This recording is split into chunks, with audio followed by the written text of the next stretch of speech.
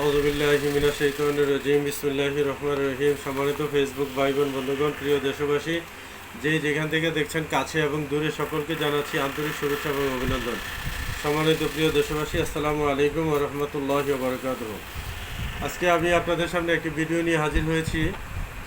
এই ভিডিওটি হলো শুধুমাত্র প্রবাসী এবং বিমানে যারা চলাফেরা করেন তাদের জন্য।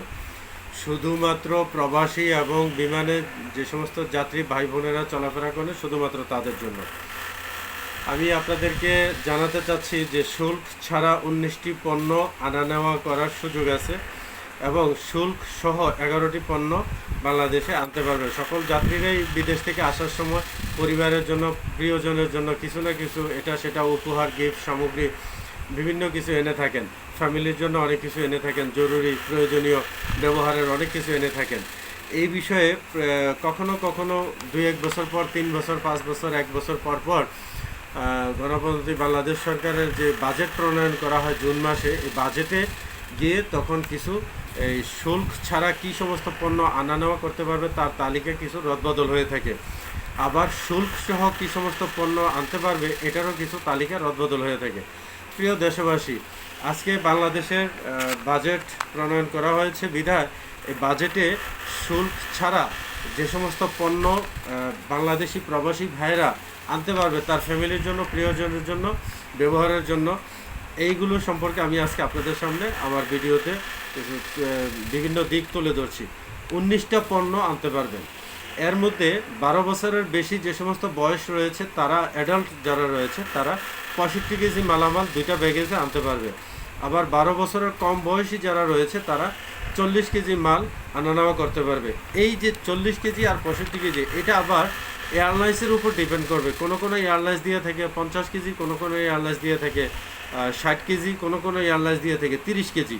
তো এটা এয়ারলাইন্সের উপর আবার কিছুটা রদবদল হবে। এখন আসুন যে আপনারা যে সমস্ত এই যে 65 কেজি 40 কেজির মধ্যে যে সমস্ত মালগুলো আনতে পারবেন সেই মালগুলোর তালিকাগুলো আমি এক এক করে আপনাদের সামনে উপস্থাপন করছি। 2টি ব্যবহৃত মোবাইল সাথে করে আনতে পারবেন আর একটি মাত্র নতুন মোবাইল আনতে পারবেন আপনি 1 বছরের মধ্যে। 1 বছরের মধ্যে আপনি একটি মাত্র নতুন মোবাইল আনতে পারবেন, সেটা আবার আইফোন হোক আর যে ফোনে হোক। এবং 29 ইঞ্চি পর্যন্ত টেলিভিশন, আপনার এলইডি হোক আর যে টিভি হোক আপনি আনতে পারবেন। আপনার 10 ইঞ্চি থেকে 14 ইঞ্চি থেকে শুরু করে 29 ইঞ্চি পর্যন্ত আনতে পারবেন। 29 ইঞ্চির পরে 30 ইঞ্চি থেকে শুরু করে ওটা আবার শুল্ক দিয়ে আনতে হবে। আচ্ছা, পাশাপাশি আপনি ল্যাপটপ আনতে পারবেন, ডেস্কটপ আনতে পারবেন, প্রিন্টার আনতে পারবেন, স্ক্যানার আনতে পারবেন, তারপর হলো ভিডিও ক্যামেরা আনতে পারবেন, ডিজিটাল ক্যামেরা আনতে পারবেন, মাইক্রোওয়েভ আনতে পারবেন, rice cooker, pressure cooker, gas oven, Blender, coffee maker, kitchen appliance, তারপরে 1 কার্টন সিগারেট, তারপরে হলো মিউজিক সিস্টেম, সিডিও স্পিকার সহ 15 বর্গ মিটার আয়তনের কার্পেট আপনি আনতে পারবেন। তারপর হলো আপনার এই যে 100 গ্রাম সোনার গহনা, বানানো গহনা আপনারা আনতে পারবেন। প্রিয় দেশবাসী, আমি এই যে 19টি আইটেমের কথা বলেছি, এই সবগুলো আপনি শুল্ক ছাড়া বিনা পয়সায় আপনি এমনিতে ফ্রি আনতে পারবেন। আপনি শুধু মালগুলো কিনে কার্টুন করে লাগেজ করে দিয়ে দেবেন। তবে স্বর্ণের যে গহনা, 100 গ্রাম স্বর্ণের যে গহনাটা শুল্ক ছাড়া আনবেন, এটা কিন্তু আপনার হাত ব্যাগে রাখতে হবে। মোবাইল আপনার হাত ব্যাগে রাখতে হবে, টাকা পয়সা আপনার হাত ব্যাগে রাখতে হবে, বাকি সবগুলো আপনি বুকিংয়ে বেল্টে দিয়ে দিতে পারবেন। প্রিয় দেশবাসী, ফেসবুক ভাই বোন বন্ধুগণ, এখন আসুন আপনারা শুল্ক সহ যে সমস্ত 11টি পণ্য আপনারা আনতে পারবেন সেগুলো কি? সেগুলো হলো 117 গ্রাম ওজনের সোনার বার, প্রতি ভরি 5,000 টাকা করে আপনাকে দিতে হবে। এখানে 117 গ্রাম সোনার বার, তাহলে এখানে প্রায় 10 গ্রাম, সরি 11 ভরি স্বর্ণ আপনার থাকতেছে। 11 ভরি 5-11 55,000 টাকা আপনি কাস্টমস শুল্ক দিয়ে আপনি ডিক্লার দিয়ে সেখান থেকে আপনি এটা আনতে পারবেন। তারপর হলো 234 গ্রাম রূপার বার আপনি আনতে পারবেন শুল্ক প্রদান করে। তারপর হলো 30 ইঞ্চির বেশি যে সমস্ত টিভি, হোম থিয়েটার, এগুলো আপনি আনতে পারবেন। তারপর হলো refrigerator, deep fridge, air conditioner, এগুলো আপনি আনতে পারবেন।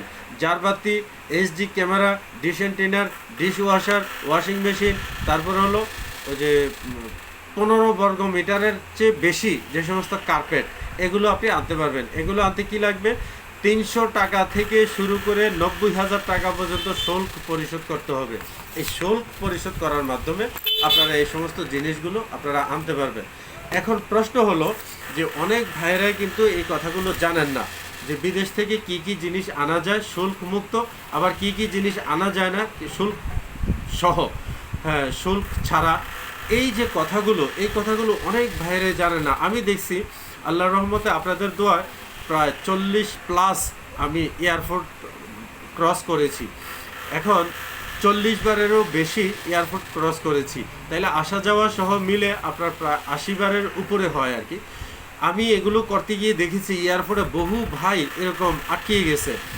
কত কেজি তার ব্যাগেজের টিকিটে দেওয়া আছে এটাও অনেক ভাই জানে না। এটা খুব রেয়ার, খুব কম, সংখ্যা খুব বেশি না, কিন্তু এটা জানে না। তো জানে না বিধায় সেখানে তখন দেখা গেছে এয়ারপোর্টে গিয়ে তার কার্টুন খুলতে হয়, মাল কার্টুন ভেঙে মাল সেখান থেকে বের করতে হয়, মাল ফেলে দিয়ে যেতে হয়, অনেক মূল্যবান জিনিস, তার অনেক শখের জিনিস এগুলো ফেলে দিতে হয়। সুতরাং এই বিড়ম্বনায় যাতে না পড়েন, সবচেয়ে বেশি শেয়ার করেন এই আমার আজকের এই ভিডিওটা। প্রবাসী ভাইরা আপনারা সবচেয়ে বেশি আমার এই ভিডিওটা শেয়ার করে দিবেন। আপনারা বেশি বেশি শেয়ার করেন, আপনারাই উপকৃত হবেন। তারপরে হলো শুল্ক মুক্ত, আপনি ওই লাগজে কার্টুনে কোন কোন মাল নিতে পারবেন। আমার এই ভিডিওটা শুনলে আশা করি আপনাদের আর বিদেশ থেকে বাংলাদেশে আসা যাওয়ায় আর কখনো কোনো এরকম সমস্যার সম্মুখীন হতে হবে না। সম্মানিত ফেসবুক ভাই বোন বন্ধুগণ, এবং শুল্ক দিয়ে যে সমস্ত জিনিসপত্রগুলো আপনারা আনতে পারবেন, এই আইটেমগুলো আমার বক্তব্যের মধ্যে পরিষ্কারভাবে আমি বলে দিয়েছি। সুতরাং আপনারা আমার এই ভিডিওটা সবচেয়ে বেশি বেশি শেয়ার করে দেন, তাহলে আপনারাই উপকৃত হবেন। আপনাদের এইখানে সব তথ্যগুলো দেওয়া আছে, তাহলে আপনারা এয়ারপোর্টে গিয়ে আর বিড়ম্বনার শিকার হতে হবে না।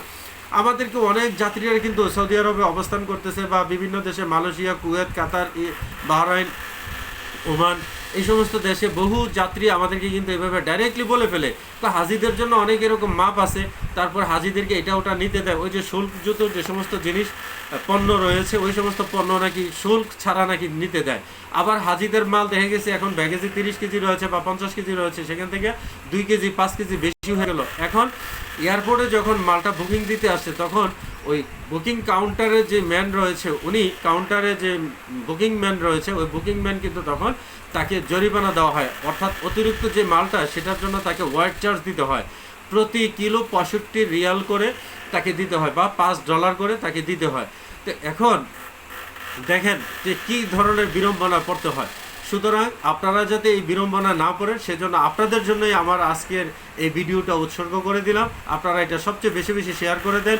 সকলে ভালো থাকুন, সকলে নিরাপদে বাংলাদেশে আসা যাওয়া করতে পারেন। শুল্ক মুক্ত কোন জিনিসগুলো এবং শুল্কযুক্ত যেই জিনিসগুলো, সেগুলো আপনারা সুন্দরভাবে যেন পরিবহন করতে পারেন, বিড়ম্বনা না পড়েন, সেই আশাবাদ ব্যক্ত করে আমি আপনাদের কাছ থেকে বিদায় নিচ্ছি। আল্লাহ হাফেজ। বাংলাদেশ জিন্দাবাদ।